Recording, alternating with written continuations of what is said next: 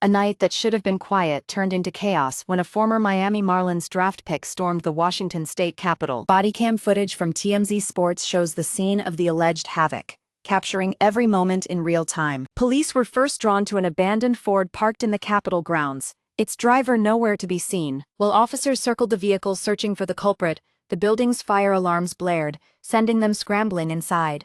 Inside, a lone figure emerged. Gunnar Schubert, the 29-year-old former Gonzaga player, walking nonchalantly outside the Capitol. When police ordered him to the ground, he reacted by throwing a can of lighter fluid across the room. Schubert's mood was clear. He wasn't interested in talking with law enforcement. The officers quickly handcuffed him and secured him in the squad car before heading back into the building to assess the damage. They first entered State Representative Liz Berry's office, where they found a shattered window, allegedly smashed by Schubert using 2 hammers. An officer noticed cigarette ash in the southwest corner of the room, remarking that, "It smells like a cigarette."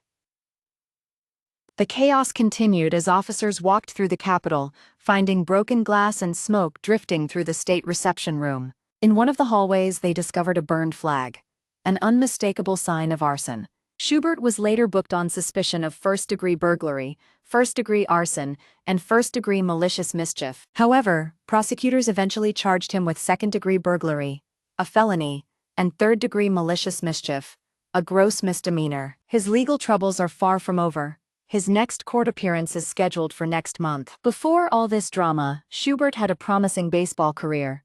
He played at Gonzaga, hitting 5 home runs and driving in 56 RBIs across 110 games. He was drafted 837th overall by the Miami Marlins in their draft and reached Single-A with Jupiter before being released. The contrast between his athletic potential and this night's chaos is striking. Witnesses say Schubert appeared unhinged, acting as if he had no intention of cooperating with authorities.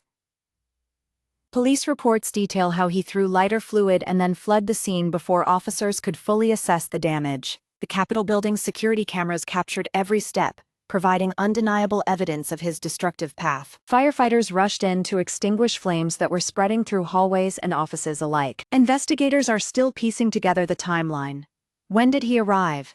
How long did he remain inside? They suspect he entered during a lull in security patrols, exploiting gaps in surveillance. The state's legal system will now weigh the severity of his actions against his prior record. Some argue that the charges should reflect the extent of property damage and potential danger to public safety. Others believe the lower-level charges are more appropriate given the circumstances.